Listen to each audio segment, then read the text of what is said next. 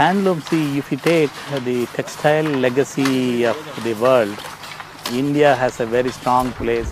It is an inborn or a genetical capability of our Indian community.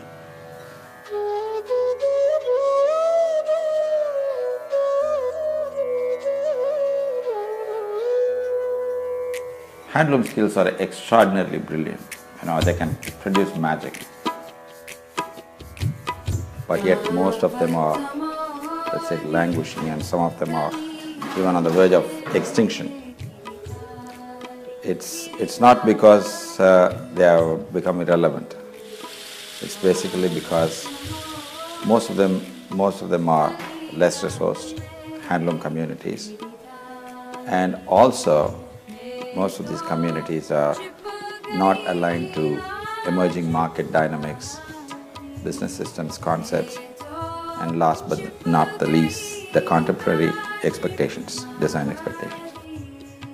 Handloom is one of the most charming and intriguing industries. It's ancient, but at the same time there's a modernity about it, because in the modern world people are turning away from fast fashion. Just as they're understanding that fast food is not good for their health, fast fashion is actually not good for the economy.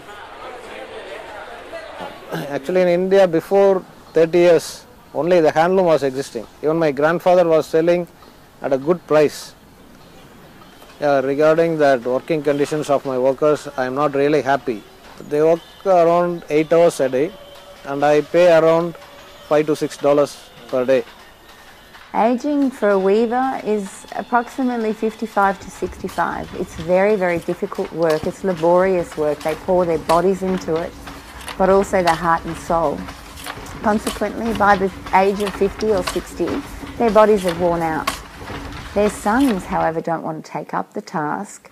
So within 20 years, I expect that unless something is done to help these societies and give them pride in their work again and inspire the young people to take up weaving, we're going to be in a global situation where handloom is inaccessible. Recently we have initiated an organization called 5P Ventures, meaning preserve, protect, promote the village skills for the prosperity and posterity of the villages. 5P believes in creating a self-sustaining circular business model whereby the weavers can weave, the global market is given access to the products that those weavers weave, and they are paid way and above the average wage. And 5P is also, though it is a for-profit organization, this organization is going to be totally focused on seeing that the end beneficiaries are the artisans. I think we would be able to help these artisans earn at least 4 to 5 times more than what they are earning at present. And by design, 5P is going to be is going to address only the niche segment of the market, fashion segment of the market. We are standing in front of the upcoming factory facilities. We have a master plan to create minimum 480 looms to be installed in 20 sets. 5P integrated manufacturing facility which is coming up near Chenimalai will be a first of its kind, I can say, because it's going to be modern, it's going to be very, very techno-savvy, and it's going to be full of designs.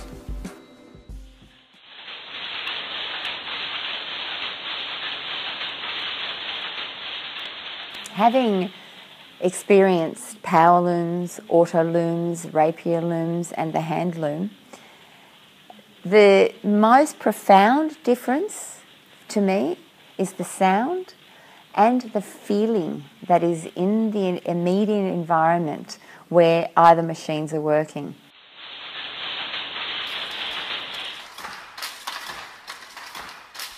Because of the industrial revolution, the mass production concept has come. Mill-made product is very cheaper than the handloom product, because handloom, a weaver can weave up to minimum of 5 to 6 meters per day, means the power loom can weave up to 50 meters. And the latest technology, shutterless and rapier looms can weave up to 300-200 meters per day. ஒரு நெசவாளராக இருக்கிறதுல நீங்கள் பெருமையாக, நான் நிச்சயமாக பெருமையாக தான் இருக்கிறேன். இங்கே வேலை செய்கிறதுல உங்களுக்கு என்ன ரொம்ப பிடிச்சிருக்கு? நிச்சயமாக எல்லா ஒரு பழக்கம், ஒரு தொழில் கொடுக்குற தொழில், அவங்களோட டீசன்ட், இது எல்லாமே எங்களுக்கு ரொம்ப பிடிச்சிருக்கும். நீங்கள் உங்களை ஒரு கலைஞனாக பாவிக்கிறீங்களா? நிச்சயமாக நான் வந்து என்னை ஒரு கலைஞனாக பாவிக்கிறேன்.